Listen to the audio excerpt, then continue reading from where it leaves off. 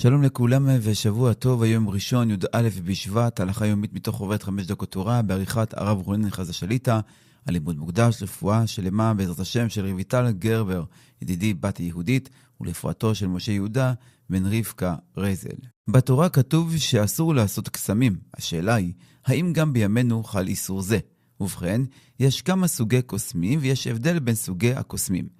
יש קוסמים גדולים שפועלים גם בעזרת כישופים וכדומה, או שעושים אחיזת עיניים מקצועית עד כדי עשיית דברים שנראים מעל הטבע, וזה אסור.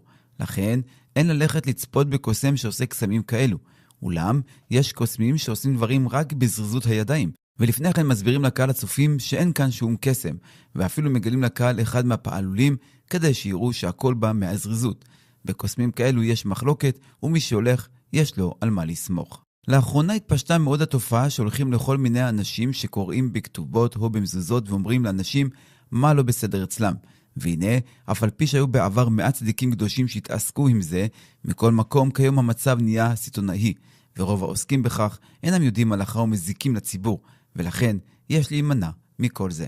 יש אנשים ששמים על היד חוט אדום לסגולה, וכן יש אנשים שדופקים על השולחן 3 פעמים כשחוששים ממשהו. בשני הדברים הללו יש מחלוקת גדולה, האם יש בכך איסור משום דרכי האמורי או לא.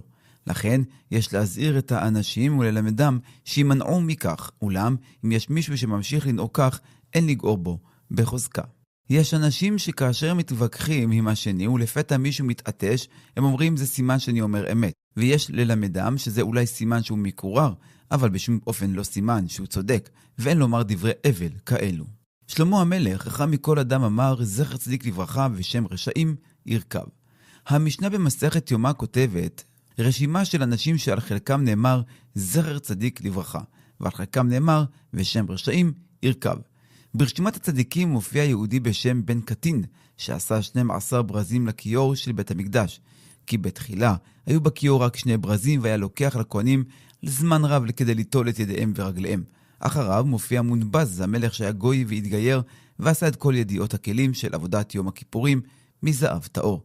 אחריו כתובה אילני אמו שהייתה מלכה וגם היא התגיירה. היא עשתה נברשת של זהב על פתחו של היכל. ואחרון הוא ניקנור שנעשו ניסים לדלתותיו והיו מזכירים אותו לשבח.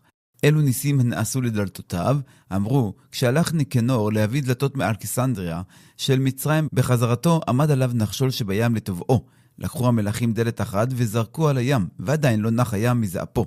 ביקשו להטיל את הדלת השנייה, עמד ניקנור וחיבק את הדלת בזרועותיו. אמר להם, זרקו אותי יחד איתה, מיד נח הים מזעפו. והיה מצטער על הדלת הראשונה שנזרקה.